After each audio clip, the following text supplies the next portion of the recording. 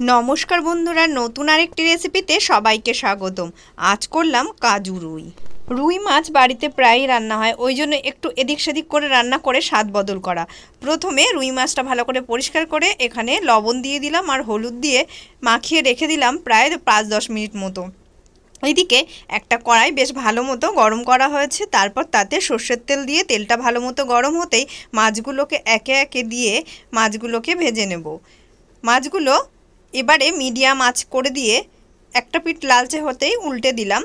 মাছগুলো ভাজা হয়ে গেলে দুটো দিকই এবার অন্য একটি পাত্রের মধ্যে নামিয়ে নিলাম। এবারে কড়াইতে যে তেলটা রয়েছে ওর মধ্যেই সরু সরু লম্বা লম্বা করে কেটে রাখা আলুগুলোকে দিয়ে দিলাম। তোমরা চাইলে আলুটাকে স্কিপ করে যেতে পারো। একটুখানি লবণ দিয়ে দিলাম, আলুর মধ্যে আবারও একটু হলুদ দিয়ে দিলাম, আবার নেড়ে চেড়ে বেশ মিডিয়াম আঁচে কয়েক মিনিটের জন্য ঢেকে দিলাম। ঢাকনা তুলে আরও একটু নেড়ে চেড়ে দিলাম, দেখলাম যে আরও একটু ঢেকে দিতে হবে।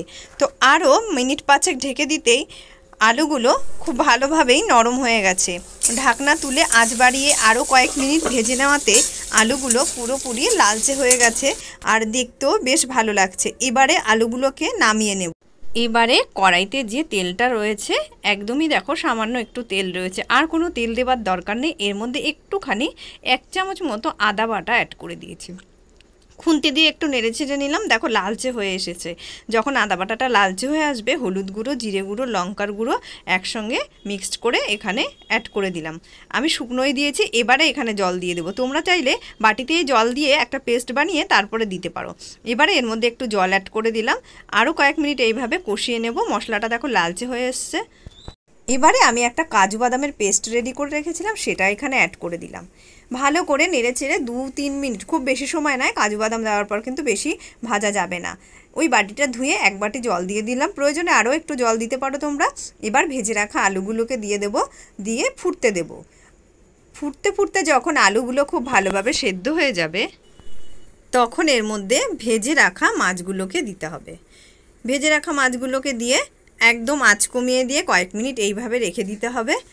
এতে করে মাছের মধ্যে ঝোলটা পুরোপুরি ঢুকে যাবে আর খেতে কিন্তু ভালো হবে। আর এই রকম সময়ে নামানোর ঠিক আগে আমি এখানে 1/2 চামচ বাটার অ্যাড করেছি, এতে করে এর স্বাদটা আরও বেশি বেড়ে গেছে। তো বন্ধুরা, আমার এই রেসিপি যদি তোমাদের ভালো লাগে তাহলে কিন্তু অবশ্যই একটা লাইক করে দিও, আর রেসিপি তোমাদের কেমন লাগছে কমেন্ট করে কিন্তু জানিও। আর আমার চ্যানেলে যদি নতুন হয়ে থাকো অবশ্যই চ্যানেলটিকে ফলো করে পাশে থেকো।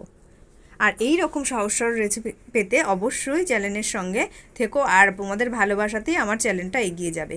তো বন্ধুরা দেখো, আমার মাছের রেসিপিটা কিন্তু সম্পূর্ণভাবে রেডি হয়ে গেছে। আর গ্রেভিটা কিন্তু যখন ঠান্ডা হয়ে যাবে আরও গাঢ় হয়ে যাবে, খেতে কিন্তু দুর্দান্ত হয়েছে। তো একঘেয়ে রুই মাছের রেসিপি ছেড়ে তোমরা এইভাবে একবার ট্রাই করো।